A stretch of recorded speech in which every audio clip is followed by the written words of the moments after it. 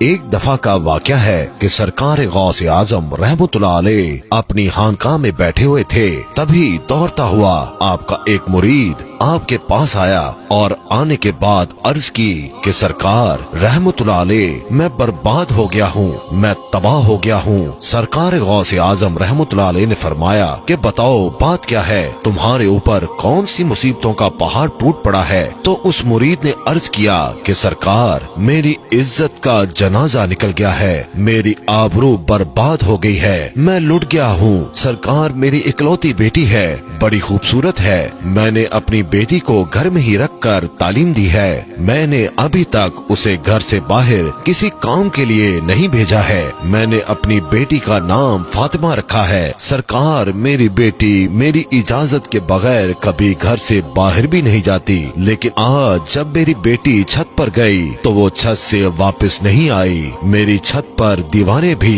اتنی اونچی ہیں کہ وہ دیوار پھیلان کر بھی نہیں جا سکتی، لیکن پھر بھی میں نے اپنے دل کو تسلی دیتے ہوئے اپنے آس پڑوس میں پتہ کروا لیا اور رشتہ داروں میں بھی پتہ کروا لیا ہے، مگر کہیں بھی میری بیٹی کا نام و نشان نہیں ملا ہے۔ سرکار غوث اعظم رحمتullah علیہ مجھے میری بیٹی چاہیے اور زندہ چاہیے۔ سرکار غوث اعظم رحمتullah علیہ نے فرمایا ٹھہر جاؤ، اور سرکار غوث اعظم نے اپنی آنکھوں کو بند کر لیا۔ چند ہی لمحوں کے بعد آنکھیں کھولی اور اپنے اس مرید سے فرماتے ہیں اپنے دل کی بےتابی کو دور کر دو، تمہاری بیٹی آج ہی ملے گی اور زندہ ملے گی اور پوری عزت کے ساتھ ملے گی۔ پھر سرکار غوث اعظم رحمتullah علیہ نے فرمایا اے میرے مرید کیا تم جانتے ہو کرب کے ویرانے کو؟ تو اس مرید نے عرض کیا سرکار وہ تو بڑا بھیانک جنگل ہے، بڑا دہشت ناک جنگل ہے، دن میں بھی وہاں جاتے ہوئے ڈر لگتا ہے۔ تو حضور غوث اعظم رحمتullah علیہ نے فرمایا کہ تم کرب کے ویرانے میں چلے جاؤ، پہلا قلعہ چھوڑ دینا،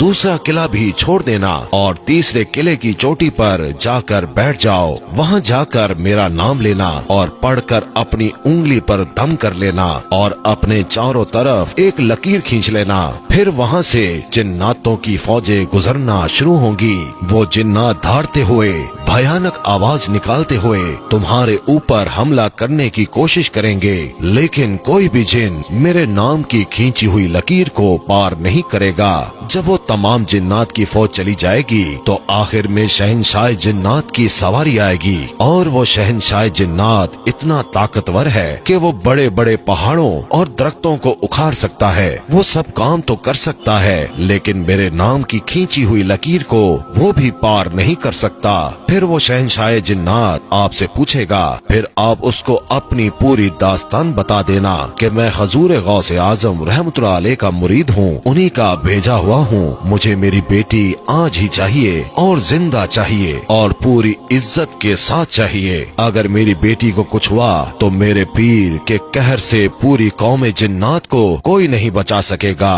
حضور غوث اعظم کا یہ مرید کرب کے ویرانے کی طرف چل دیتا ہے، 2 قلعے چھوڑنے کے بعد تیسرے قلعے پر بیٹھ جاتا ہے، کرب کے ویرانے پر جا کر حضور غوث اعظم کا نام لے کر اپنی انگلی پر دم کرتا ہے اور چاروں طرف لکیر کھینچ کر بیٹھ جاتا ہے۔ جنات کی فوج گزرنا شروع ہو جاتی ہے، بڑے بڑے خطرناک جن گزرتے ہیں اور اس پر ہر طرف سے حملہ کرتے ہیں، لیکن سرکار غوث اعظم رحمتullah علیہ کے نام پر کھینچی ہوئی لکیر کو جب وہ چھوتے ہیں تو اس سے ٹکرا کر بھاگ جاتے ہیں۔ سارے جنات کی فوج چلی گئی، آخر میں شہنشاہ جنات کی سواری آتی ہے، وہ اپنی پوری شان و شوکت کے ساتھ آ رہا تھا۔ جب اس نے اپنے راستے میں ایک انسان کو بیٹھا ہوا دیکھا تو شیر کی طرح دھاڑتا ہوا اور ہاتھی کی طرح چنگھاڑتا ہوا اپنی پوری قوت کے ساتھ اس مرید پر حملہ کرنے کے لیے لپکا، لیکن جیسے ہی حضور غوث اعظم رحمتullah علیہ کے نام پر کھینچی ہوئی لکیر سے ٹکرایا،